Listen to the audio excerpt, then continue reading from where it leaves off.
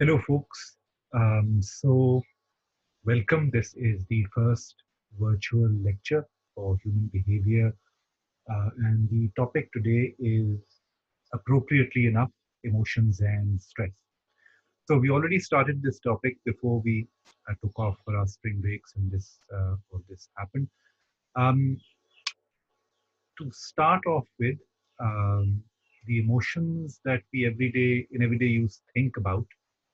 We are primarily focused on what we can consciously feel, a conscious state. Um, but emotions actually go deeper than that. If we think about it, um, organisms that have very simple cognitive systems are capable of showing emotions, and certainly organisms that don't have self consciousness in the way that we do. Um, Seem to have behavior that we would call emotions. So we can put these, what we are consciously feeling part of emotions, to one side. We'll get back to it later. The first thing that we can say is there are other elements of emotion apart from what we are consciously feeling. And in this lecture, we'll go over them in sense of we look at emotional displays, yes. We look at the activities in the brain which are central or important to emotions. We look at physiological patterns that are central to emotion. And then, of course, we'll come to conscious components, what we are thinking, cognition, how does it play a role in emotion. Um, we'll talk also about the social aspects of emotion before moving on to talking about stress. So, there's a lot to emotions apart from conscious feelings. Another aspect in which psychological looks at emotion and everyday thinking about emotion differs is we think of emotions as being, in a sense, the opposite of rationality. So you're either thinking clearly, calmly, rationally, or you're being emotional, in which case you're irrational and so on. Again, this dichotomy doesn't work out very well when you look at it from a psychological point of view. We find that normal functioning is in fact significantly disrupted, and in fact we can't even imagine it being the way it is without the emotional underpinning that's there. We would not, for example, have a lot of pleasant experiences. We would not seek pleasant experiences nor choose to avoid unpleasant ones. A lot of group life, the which is based on you feeling a buzzing of energy or warmth in the company of others. I mean, think about this experience that you're having of being taught to in a lockdown rather than on campus. There's a big difference there. And that what's missing here is the emotional component that usually goes along with learning as a group experience. So that too is a central so emotions are not the opposite of rational behavior. They are the underpinnings of rational behavior. In fact, when people suffer brain damage, which leads to loss of certain kinds of emotions, we find that in fact they become highly dysfunctional and not hyper calculating and calm like Dr. Spock in Star Trek, but in fact highly dysfunctional. Finally, last insight before we start moving on to the topic itself. Uh, a lot of psychologists have looked and tried to explore emotions from the functionalist rather than the structuralist perspective. So they're asking, well, we seem to, everybody has emotions. What role are they playing in terms of evolutionary survival value? And again, um, a lot of very key insights have been identified this way. So, for example, disgust uh, is very closely linked with our ability to avoid noxious or infectious situations. So, if you see somebody with a pus on their body or an open wound, that tends to disgust us and we back away from that, and that behavior tends to keep us safe. Um, so, Same thing with fear and anxiety. Fear and anxiety will tend to make us walk away, keep our distance, or keep ourselves closed off. And that again has evolutionary survival value, as you know, it should be very apparent these days.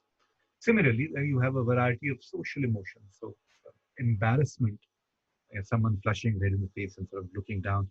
Embarrassment is, particularly the flushing part of it, is involuntary. So it is a 100% honest signal that a person regrets a behavior. And so this plays a role in appeasement and sort of making people toning down their aggression at something that you may or may not have done. So that's a functional look. Now we return sort of, particularly when we talk about brain and so on and emotions, we'll be taking a more structuralist look at emotions. So we start by uh, exploring in the body where emotions takes place. And one obvious place, the so-called playground of emotions, is the face. And what we find is that there are clearly linked patterns on the face which display emotions, particularly for so-called primary emotions. These are the emotions that you find across cultures, um, and and and and for those, people tend to be give very distinct, clearly identifiable emotional facial displays. And Darwin noted as far back as that there was a tremendous functional advantage or survival advantage in there being a universal pattern of display for emotions and also a universal ability to perceive or recognize these display patterns. So, how to test this idea? Um, Certainly, we seem to have very similar facial displays of emotion and people can recognize them, but this could also, of course, be due to learning. Um, and one sort of empirical test of this idea that emotional displays are fixed, hardwired, universal, comes from the work of Ekman, who looked at people, tribes of humans who were cut off from other parts of the world. So there's a in the island of New Guinea near Australia, there are central high islands in the middle of the mountains, and very cut off valleys covered with thick forests, and where a lot of people have never had known contact with the outside world. So he was responsible for meeting these people for the first time, and he identified when he met them that if he showed them photographs, particularly of the six basic emotions, they were able to identify that this is anger, this is uh, fear, this is joy, this is surprise, this is disgust. And they also tended to display emotions in those emotions in their faces in exactly the same way. So this was a kind of empirical test of the universality of emotions. So, among these primary emotions, as I mentioned, include fear, anger, sadness, joy, surprise, disgust, contempt, and other emotions are thought to be secondary, which is to say, they may vary. They're sort of a mixture of these components of these basic emotions. They may vary from culture to culture. People also, some people have suggested shame as a primary emotion. Others have suggested pride as a primary emotion. And they point, in terms of empiricism, they point to the fact that people who are blind from birth will throw up their arms when they win a race or something like that, even though they've never seen people do that, suggesting that the pattern of display on the face and on the body that appears is inbuilt for pride also. Um, so, given that, and this again is Ekman's work, uh, given that there is, when you feel an emotion, an event happens, an emotion is felt somewhere in the brain, and there's an output pathway that causes facial changes in the brain. If this for primary emotions, this entire pathway is inbuilt, then we should expect uh, distinct fingerprints of emotions. So each motion should cause a particular pattern to appear. And this is exactly what Ekman found. He found that amongst the 80 muscle groups on your face, um, every basic emotion causes a particular pattern of muscle contraction and relaxation, which is characteristic of that particular emotion. Um, and Ekman's sort of coding system has been used to identify, you know, these basic emotions. Um, Given the fact that you have these fundamental patterns of display on the face, what you also find is that the facial patterns are part of the rest of the complex of having an emotion as well. And this is sometimes being called the facial feedback hypothesis. When you put on the facial display of the emotion as an actor or just like that, it tends to trigger the rest of the changes and bring on the full emotion. So, in a classic example, if you stick a pen in your sideways in your mouth, go on, do it. What you will find is some of you anyway, will be feeling slightly lighthearted. And that's because doing this is moving the muscles in your face into the characteristic pattern for smiles. And that tends to cause a slight triggering of physiological changes, hormonal changes, and brain state changes, and bring on um, that emotion to a slight degree. So actors displaying an emotion tend to end up feeling that emotion to some degree as well.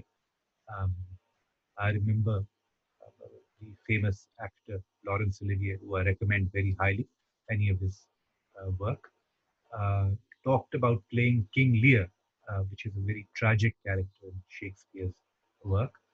And he reported, after he came off stage, he was a stage actor.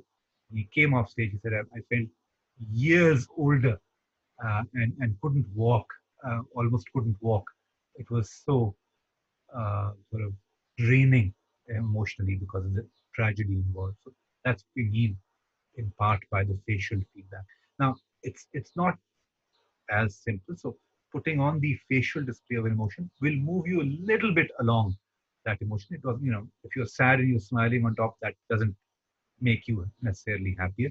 Apart from other things, because if you're sad and you put on a smile and you check the actual facial muscle contractions, what you find is that the sadness display, those muscles are contracting, and on top of that, the smile muscles, which you're forcing yourself to do that, they're also contracting. So both of those displays are on your face at the same time. Um, you can also check the facial feedback hypothesis another way. So, of course, in certain cases, you would want to paralyze the muscles in your face. If you're having a facelift, if you're injecting Botox, that removes wrinkles by paralyzing small facial muscles. But of course, it means that your ability to put on a full facial display is lowered. Um, Psychologists looked at people who were measured people who were about to have a Botox operation on their face, injecting Botox, and they find after they've had the Botox done and their face is partially paralyzed and wrinkles removed, people become less able to perceive subtle displays of emotion in other people, and they become less able to pick up nuanced hints of emotional language in written text. So, loss of facial feedback sort of subtly alters our emotional reactivity or sensitivity. Um, so, that's the facial feedback. There's another way in which facial displays and facial feedback works. So, right from the beginning, um, children are looking to their parents and reading their facial displays, and parents are, of course, reading their children's facial displays. As I can tell you, parents can very easily tell from the way a child is crying very often um, what they're crying about, or and children will feed back on this. So if parents smile at something they're doing, if they're sucking a pacifier, parents smile, and they'll do it longer. So emotional backwards and forwards, the feedback between people of emotions starts fairly early as well. Also, early on, in terms of emotional development, is what is called socialization, or sometimes called social referencing of emotions. So, children learn, for example, by whether they get reinforcements or lack of reinforcements from parents, whether the emotional display that they're doing is appropriate or not. So, uh, monstrous aunt comes into your room and says, looking at them with disgust and horror, and you parents are saying, no, don't do that, don't do that. And you're less likely, and you learn which emotions you should display and not display. And this is, as we'll go on and pick up and see, this is called emotional work. Talk about it later. One final developmental thing is children also learn fairly early on when unsure of what is the appropriate emotion to display. You're like they're displaying emotions and they're being reinforced or punished for them. Or when they're unsure what to do, they will look to their parents and copy their emotional display. So, monstrous aunt approaches, and you look at your parents saying, and the child also says, okay. So they're copying the emotional display. Um, and these keep on, of course, continuing in adulthood. If you think about your social groups, and a lot of social referencing of emotional display is a part of what it means to belong to a social group. Okay, so we have this universal pattern of display. We have a universal ability to recognize generally the at least the six basic emotions. They'll always have the same emotional display. We'll be able to recognize them. But there are limits to this universal readability of emotions. So um, people are typically much better and accurate at recognizing emotional displays in their own uh, ethnic and cultural group. So I'll be able to tell, for example, one of you is smiling very subtly or slightly anxious much better than, if, let's say, an ethnic Chinese or an ethnic sort of Nigerian person having that same subtle display.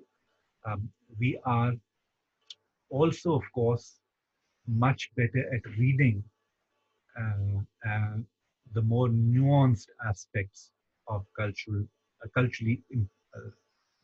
sort of impacted displays.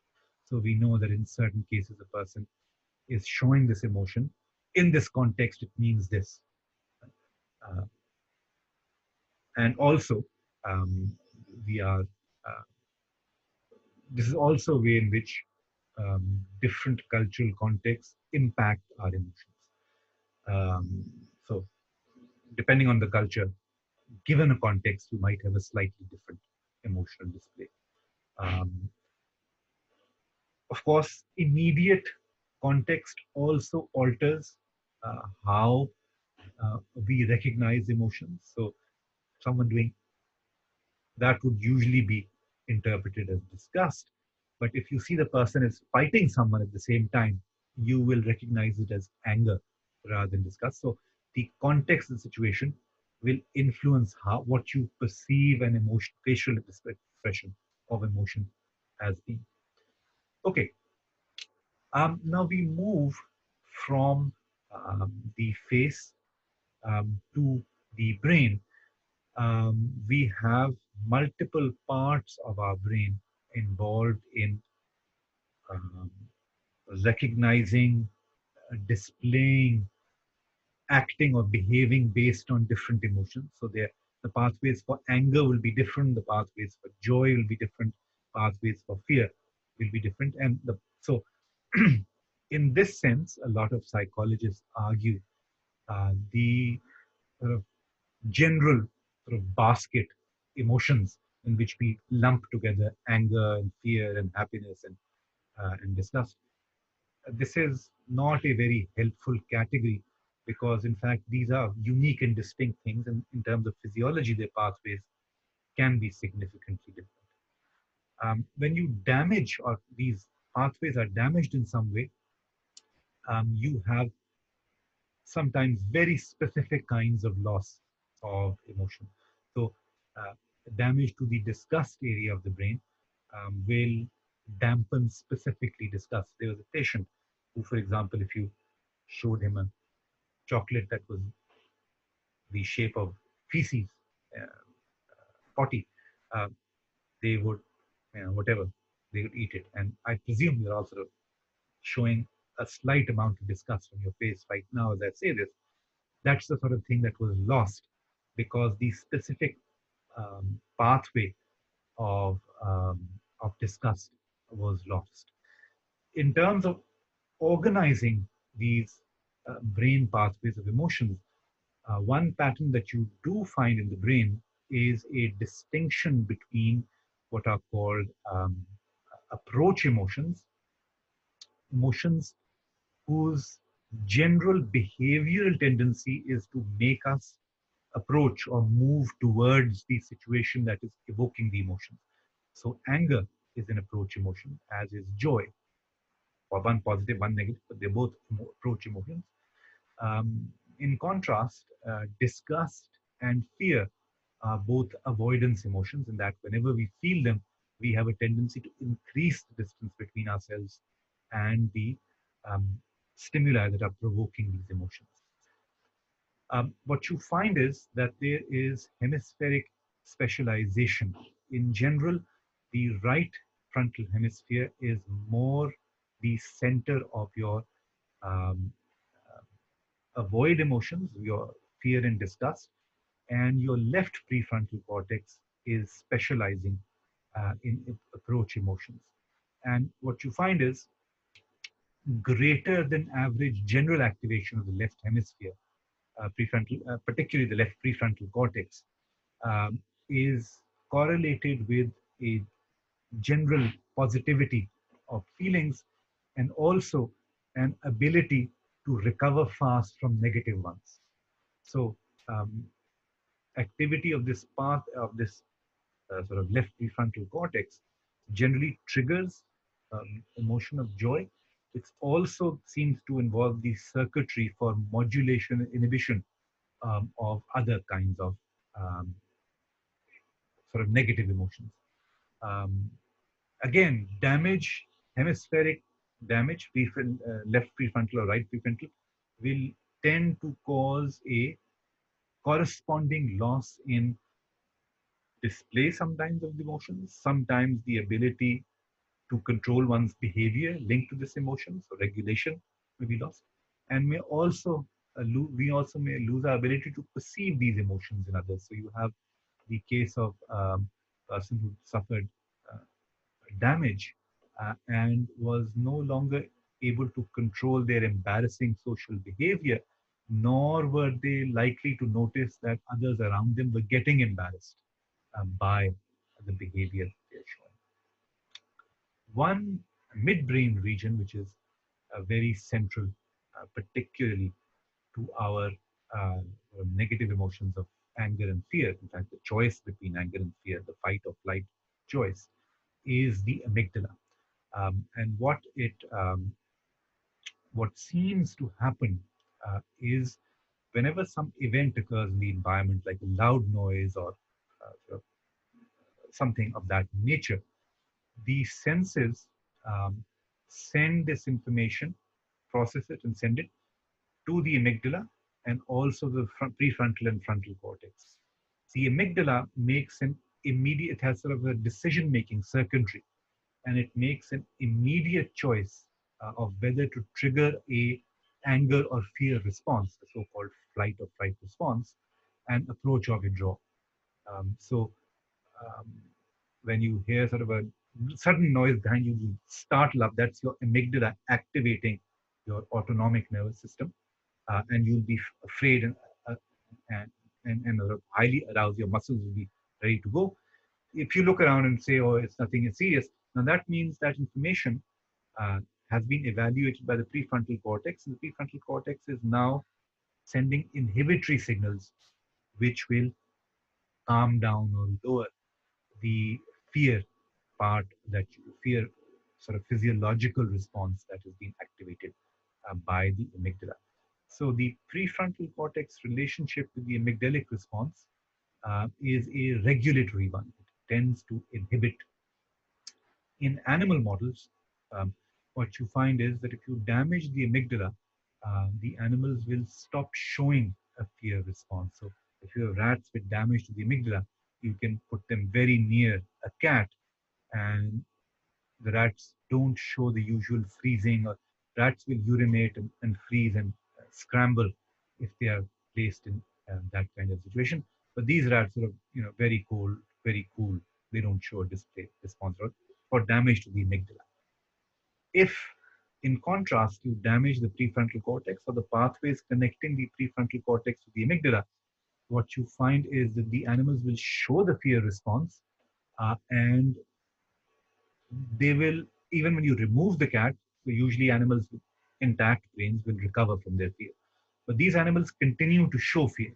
So the brakes have failed with the inhibitory regulation that happens from the prefrontal cortex to the amygdala is the failure when you sever the pathways from the prefrontal to the amygdala. Um, and this again has led to various kinds of um, human sort of studies or understanding about, for example, irrational fears. You have there's nothing to fear, and you're thinking there's nothing to fear here. It's all fine, but you can't quite control your anxiety, and that's thought to be a sort of a loss of regulatory ability between prefrontal connections and amygdala, and they're interesting sort of neurotransmitter pathways and so on that people are exploring as to how can we enhance it so as to, for example, get rid of phobias or something like that. Um, so that's the amygdalic pathways. You have hemispheric specialization. Prefrontal does evaluation, regulation. It also does recognition, and so on and so forth. Um, One further interesting area in the brain uh, is the set of neurons which are called mirror neurons. And these are in the temporal cortex, a number of areas, temporal cortex. They were originally discovered um, because researchers were, they were doing single cell recordings. They planted electrodes in the monkey sort of cortex, a temporal cortex, and they were recording what cells were firing it. And there seemed to be these cells which weren't responding to anything. And purely by accident, a researcher sort of pointed his hand while the monkey looked at it, and these neurons started firing. So um, what they found was that these neurons will fire when these animals see a behavior, but also when they show that same behavior themselves. Right? So when they see someone touching something, or when they see themselves, when they themselves touch that object, these same neurons will fire. Now, why is this significant? Because the idea here is, in a sense, these neurons are responsible for our ability to get into the minds of others. So, how do I know what a person intends when they touch something? When I look at a person pick up a pen, I know immediately the reason they moved their hand was because they wanted, it was their intention to pick up their pen. And the idea here is what's helping us crack this code of the other person's intention is mirror neurons. So when I do this, I want to pick up the pen. Mirror neurons fire when the other person does the same action, and I read into it, they want to pick up the pen. And the idea here is that these mirror neurons help in the same way in us um, getting into the emotional states of others. And therefore, they are at the heart of recognizing other people's intentions, their emotional states, and at the heart of empathy. When mirror neurons were first discovered, right, it was a, people said, well, we've discovered the sort of society neuron. This is what helps us share minds, share feelings, work together as groups, and so on and so forth.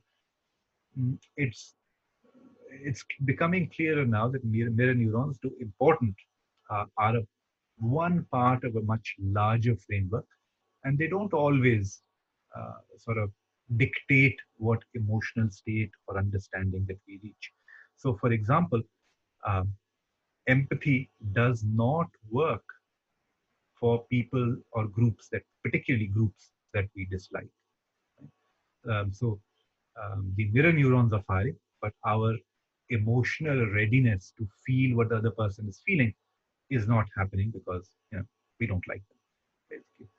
So, but when they do work, when empathy does work, it leads to us feeling what other people are feeling.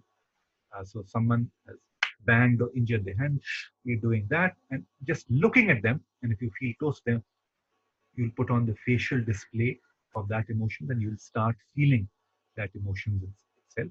With people we like, we typically tend to involuntarily copy their posture, their facial displays, actions, and so on. And this is a part of what we mean by having a rapport with someone. And also, um, this is a part of what we mean by, this is probably the mechanism of what is happening in terms of mood contagion. Mood contagion is, when you meet a cheerful group of friends and you end up feeling cheerful. Or right now, everybody's anxious and a little bit depressed. Wherever you go, people are sort of talking about the same thing, and you feel the same thing yourself. This is what we would call mood contagion for people, that groups and members of groups that we are part of. A lot of them are sharing these emotions, and therefore we are also, via this mirror neuron pathway, we are also entering into feeling these same emotions. Um, there have been interesting experiments on this on Facebook, where they had one set of feeds consisting largely of happy things appearing on one set group of people, and unhappy things appearing on an unhappy group of people, and you found different um, outcomes in terms of mood. So, in that sense, social media also is a new pathway for transference of emotions via mirror neuron, uh, other mechanisms as well as mirror neurons. So, once you have this activation in the brain, some prefrontal cortex is evaluated or the amygdala has triggered a response, then sort of the action, as it were, moves into the physiology of the body via various nervous systems, particularly, of course, the autonomic nervous system is central.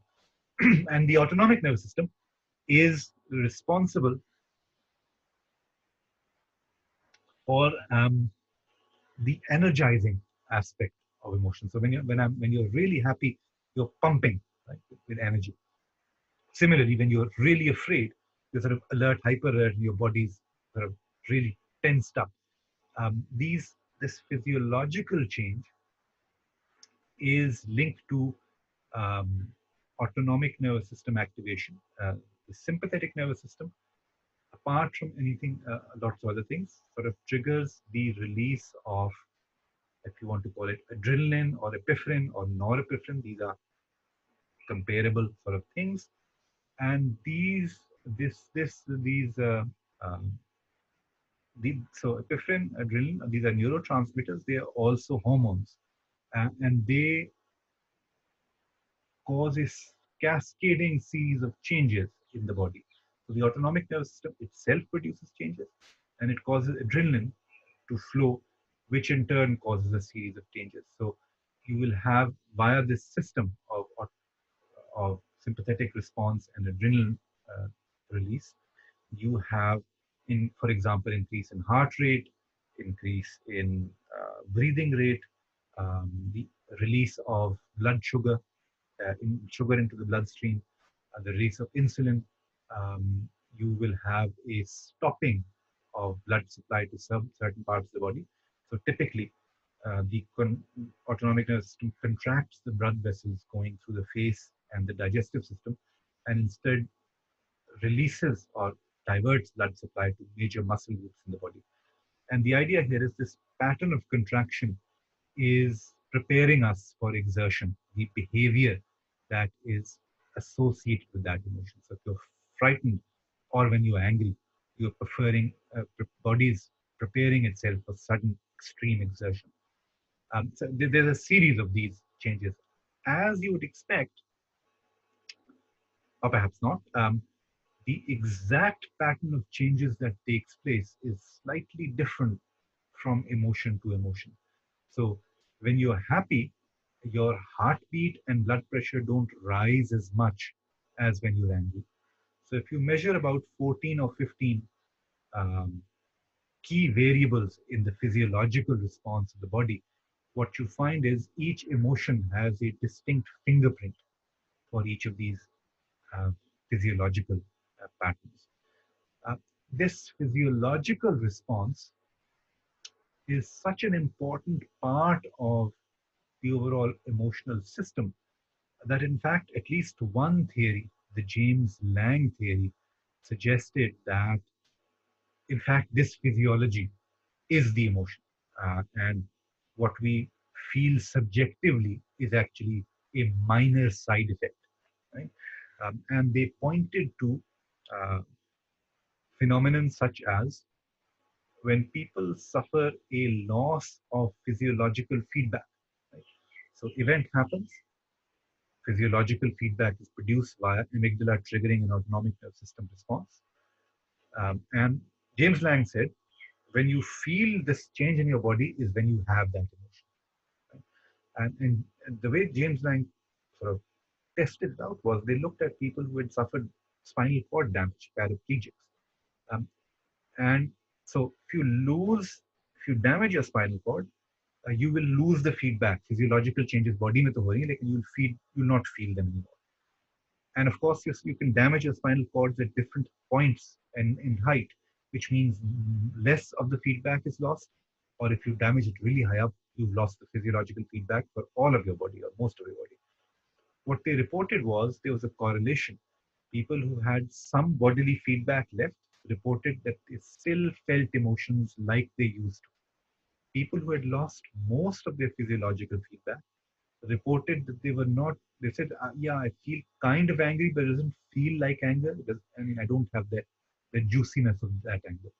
So clearly, these physiological changes are a part of the basic fingerprint of emotions, unique to each emotion, but also our sensing of this bodily change, physiological change, is a important component of us psychologically or consciously feeling that particular emotion.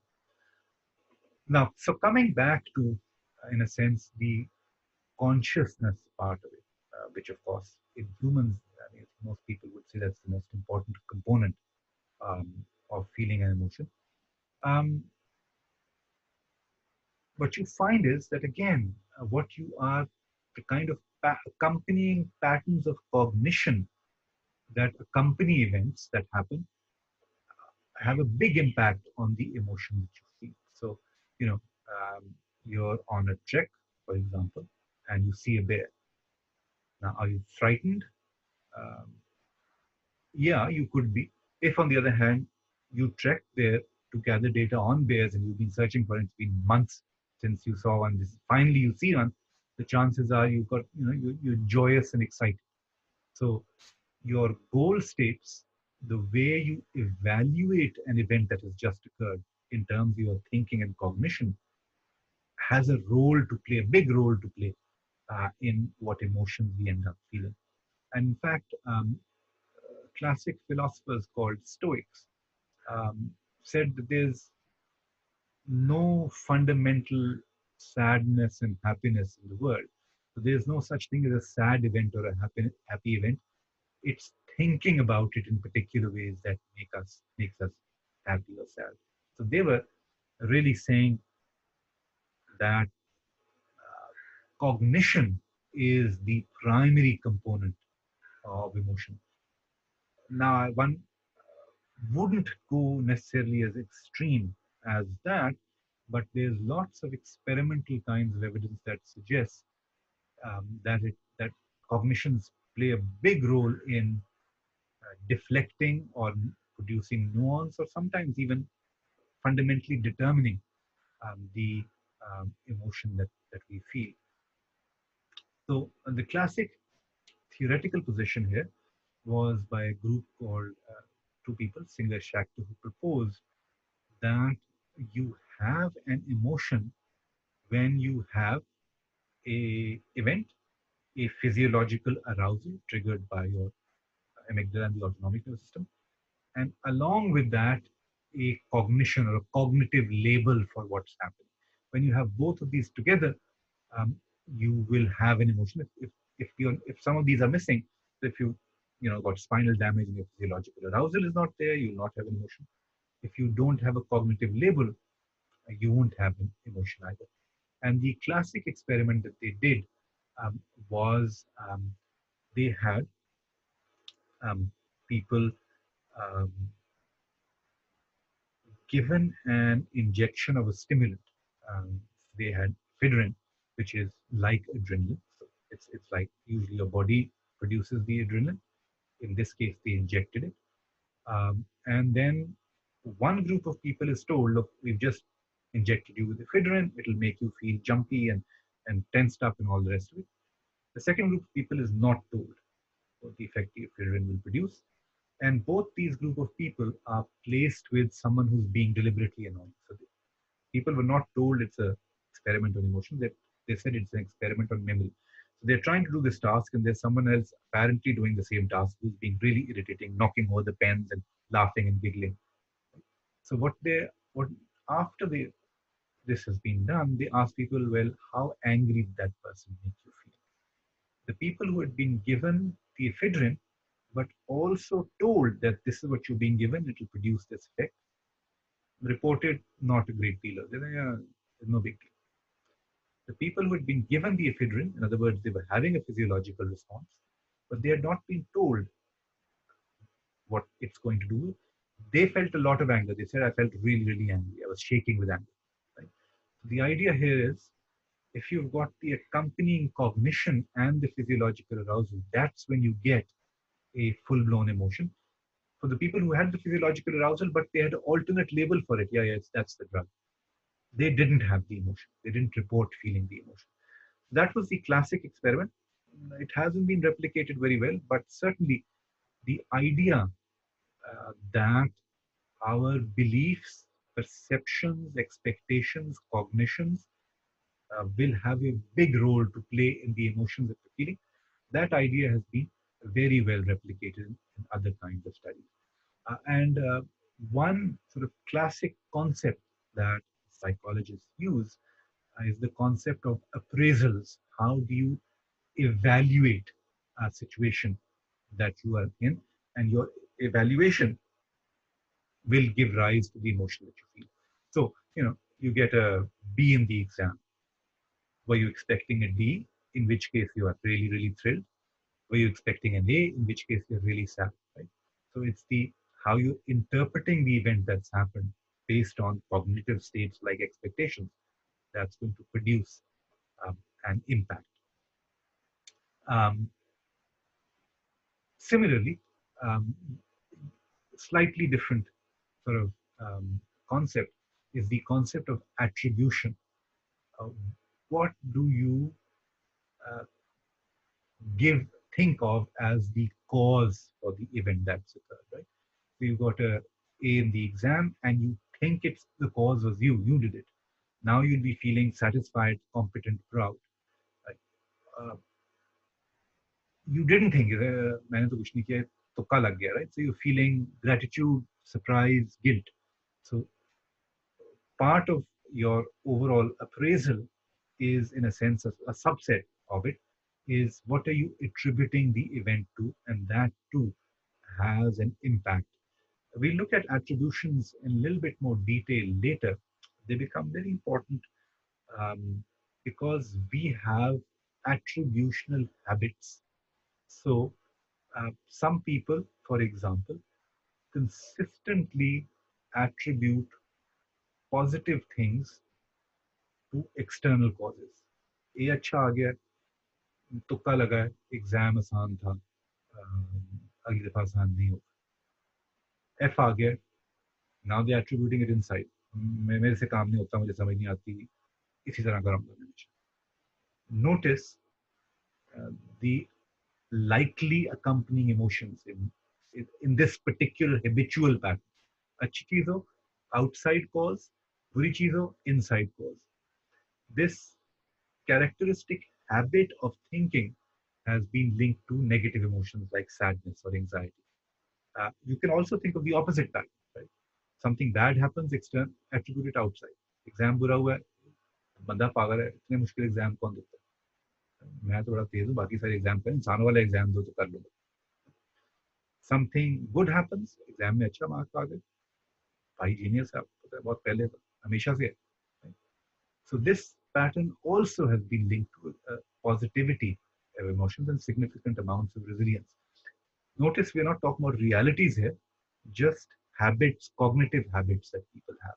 And a lot of psychotherapy involves changing sometimes these bad habits of cognition that people have, which sort of make them vulnerable to sadness or and lack of resilience, and to change those habits into different things.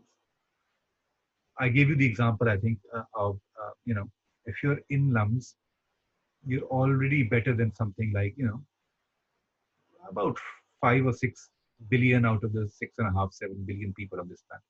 You're already in that top elite just by being here. It doesn't matter if you're getting a D's here or A's here.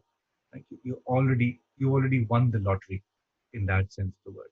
So that's what that's pointing to is to attempted change in your normal pattern of comparison.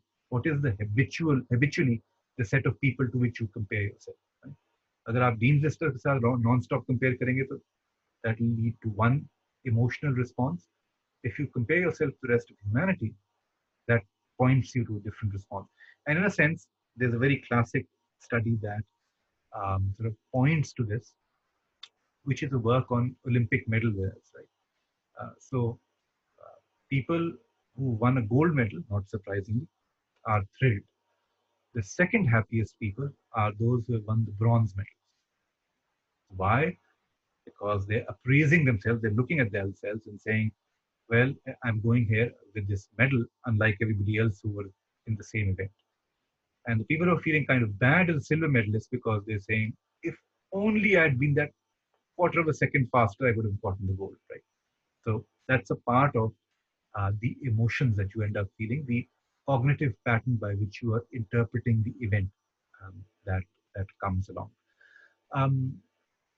So these cognitive patterns, of course, develop over time. Young children have very simple or no accompanying cognitive habit. No milk, I'm angry. Milk, I'm happy. There's not a great deal of cognition. And a lot of adult emotional responses also have very simple accompanying cognition. But as you grow older and your cognitive system becomes more complex, um, the patterns of emotions that give rise to it are more complex as well.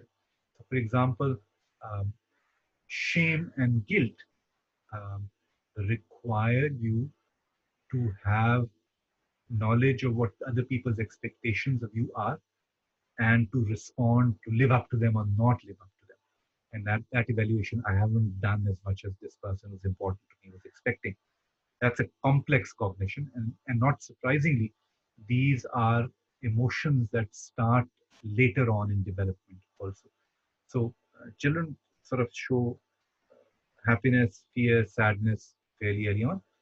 Disgust comes later, and shame and guilt come later still in terms of children's development, and most likely because of the accompanying cognition.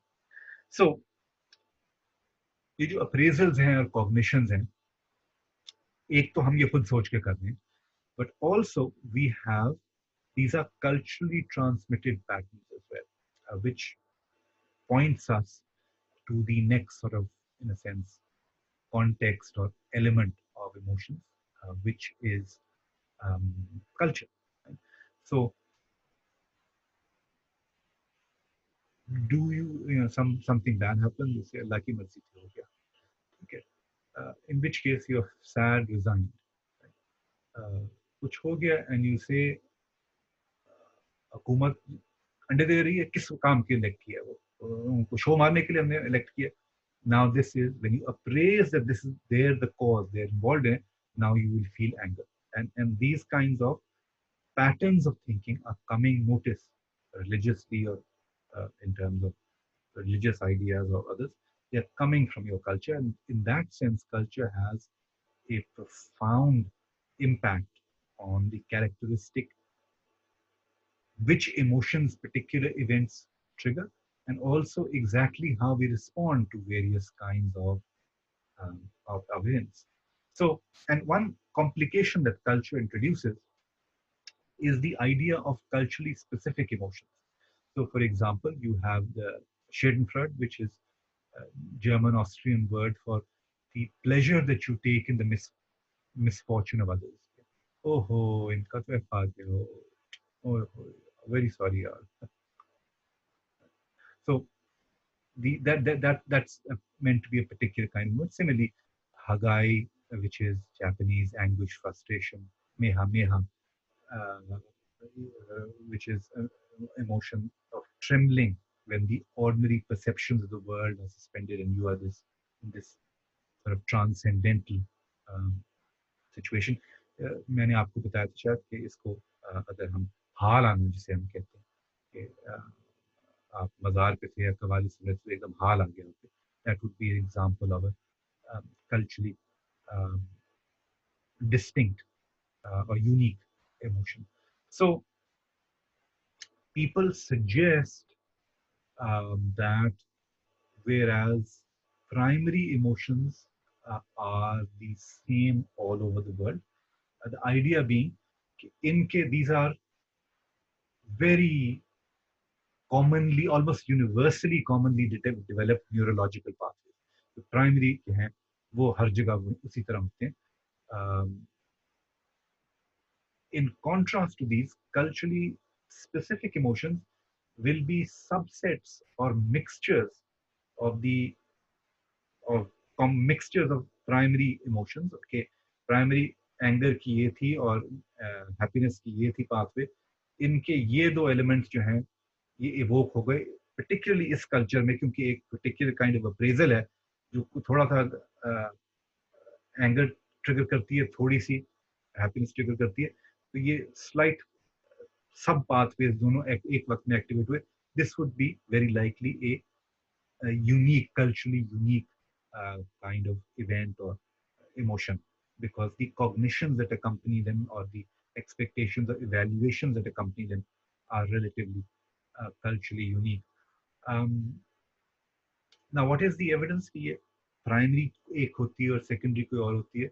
Well, the kind of evidence, for example, if you ask people all over the world to identify emotions होती क्या हैं, the prototypical list that they come up with, जो पहले पहले मोटे मोटे चीजें लिखते हैं, they typically talk about, they come up first with primary emotions, and then they'll go into secondary emotions. Children will learn the words of primary emotions first. They'll learn to recognize primary emotion words. So that's the idea. These are broad major neurological pathways हर जगह उसी तरह होती हैं. Even though there is some dispute over exactly कौन सी emotions basing है. I mentioned to you that shame or loss of faith might be a primary emotion as well, and so on. Certainly, everybody agrees that even primary emotions, उनके ऊपर cultural impact इस तरह का होता है कि which event triggers what emotion, ये culture determine करता है. So what you will feel angry about depends a lot about your culture. What you will feel disgusted by, again, depends a lot on your culture. So, टकाटक आपने खा रहे हैं तो या वाह क्या बात है, give most people in the world give reproductive parts parts of animals. Would you like to have some uh, discussed? So that would be a culturally related trigger to a primary emotion. But as far as secondary emotions are concerned, the idea would be that, as I said, uh, the appraisals, evaluations that trigger them are relatively culturally or more commonly used in one culture or another. And therefore, you may well have sort of these mixture of subcomponents of primary emotions, which are unique or different in different cultures because the accompanying cognitions are unique um, in them as well. So, again, this is a debate in which people will have strong opposed opinions. So, cultural psychologists would probably claim there's no such thing as primary emotion. Uh, these are these are interesting debates in many senses of the word as well. Now, what another way in which एक तो ये हो गया ना culture primary emotion जो है उनको culture trigger factor determine करता है बाकी इट डिटरमिन्स कि कौन सी सेकेंडरी है कौन सी नहीं another way in which culture will impact very significantly emotion on what emotions are is of course culture rules when we are to display the emotions and when are we to suppress them. Right? So, for example, um, Americans will smile a lot, whereas Germans will tend not to. And they will interpret this in different ways as well. So, um, Americans will complain Germans are cold, aloof, and robotic. Germans will complain Americans are insincere. They're smiling when they're not really outrageously happy. They're just smiling all the time. Um, Japanese, again, will have a different set of cultural rules. For example, they will smile in a lot of situations when they're embarrassed or when there's any other kind of negative emotion, which their culture says you should not display. In this country, for example, I've noticed people, even when they're laughing, will cover their head on certain occasions. That's a classic sort of display rule. It's culture guiding you when you are supposed to display an emotion and when you are not supposed to display an emotion. And again, this is, as we've already looked at, this starts very early on in development when children first start socializing. So parents will encourage them to display some emotions and discourage them from displaying certain other emotions. So this patterns of reinforcements and punishments will set into play this the display rules of your culture, which vary very widely. Also, in some cases, we will be required to display emotions which we are not actually feeling. And this phenomenon is called emotional work. Right? So there are certain kinds of jobs which require emotional work of some kind. So, your air hostess, अस्सलाम वालेकुम, मैं 18 घंटे से काम कर रही हूँ और वापस रिटर्न फ्लाइट पे आखिर जाके मैं करूँगी. So welcome with your 6 screaming children, right? They can't be feeling it, right? No air hostess would be feeling happy at the sight of 18 ill-behaved children walking in. So when they're smiling, that's emotional work. For example, uh, you would at a wedding you're typically expected to be happy. That's emotional work. At a funeral, you are expected at least not to display rules. Do not display sort of uh, uh, happiness on this occasion. It also, of course, there are subtle aspects to it. There, where we are supposed to display the amount of emotion appropriate to our degree of emotional closeness to a person. Right. So if somebody dies and their wife is not crying, but their secretary is crying, uh, somebody will say, "What's happening here?" Right? You would ask the question. Whereas the opposite were the case, wife is crying, secretary is not. Nobody would do a cognitive search to explain the phenomenon because it's in line. The emotional displays are in line with expectations. So emotional work is where you are displaying something opposite to what we are feeling. And a lot of roles require us or expect us to do so. And a part of um, what happens in emotional work, of course, is that we may have different gender related rules for when to display emotions and when not to display emotions. So, different genders may have to do emotional work in different circumstances. First, exploring the topic of gender and emotion, let's first sort of look at the idea that emotions themselves vary between genders. Um, and in fact, when you look at everyday measure, you know, objective measures of emotion, you find that there aren't um, any differences um, in emotions at all between genders. There is, uh, in extreme cases of extreme emotion, it's known that, for example, depression rates are higher in women than in men, but it's not thought necessarily to be, I mean, part of it is men show stress responses in other ways, but ordinarily speaking, a pathology aside, you don't find a lot of differences between genders in emotion. So where does the apparent idea that women sort of have more emotions, negative and positive, and men are sort of cold and indifferent? Where does this come from? It actually comes from emotional display rules and different kinds of emotional work that genders are expected to do. So if you look at correlations, what emotions do people associate with different genders, you find that men associate of the basic emotions, men associate men are associated with anger, and women are associated with happiness. Okay, so in other words, we are expecting these displays as a cultural norm, and if we don't see it, we will question. If we do see it, we won't question. Right? Man is angry. Yeah, whatever. Woman is angry. इसे क्या हुआ? Right? So, or again, woman is smiling and happy. That's fine. Whatever. Man is smiling and happy. ये क्या पागल जी है ना? Right? That's the idea. That's so, and it's because we are evaluating people in terms of some sort of display rules of our culture. And this in turn, of course, has cascading changes. So a man being angry in a professional setting is just a man being a man. No, nothing to really talk about. A woman being angry, a high status, your boss being angry at you, and that's something, loss of control. She's lost it.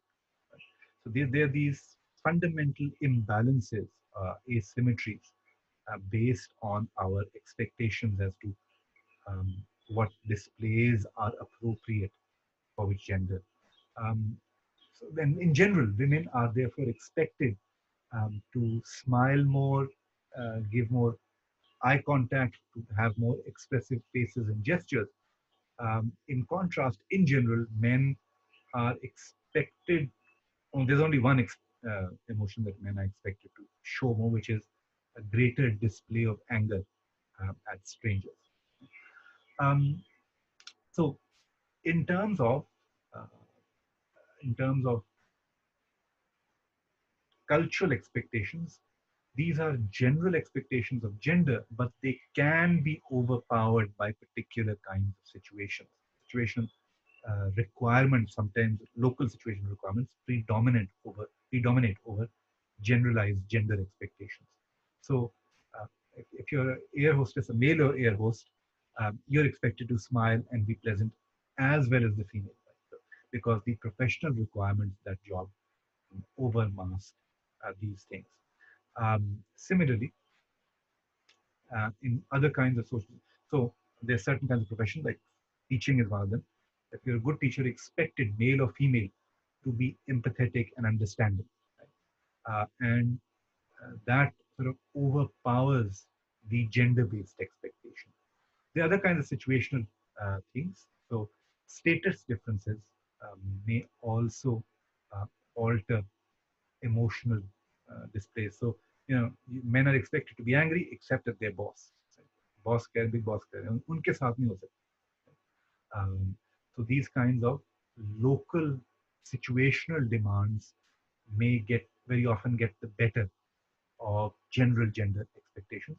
I should point out that gender differences in display rules are not necessarily universal.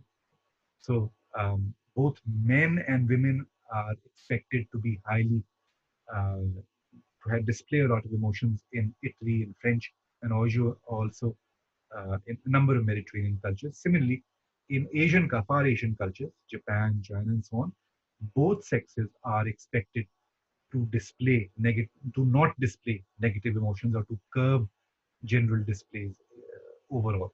So, ये idea कि कौन सा gender कौन सी emotion display कर सकता है, this itself is a culturally variable norm that varies from culture to culture. Okay, so that's enough for this first topic. What I will We will cover the next part of this, which is to say stress, in the next lecture. Um, and The reading for this lecture and the next one on stress is chapter 11 of your reading. So have a look at that and have a look at this lecture, and we'll talk about any issues that you have in the live session that we will have in class time. Okay, take care.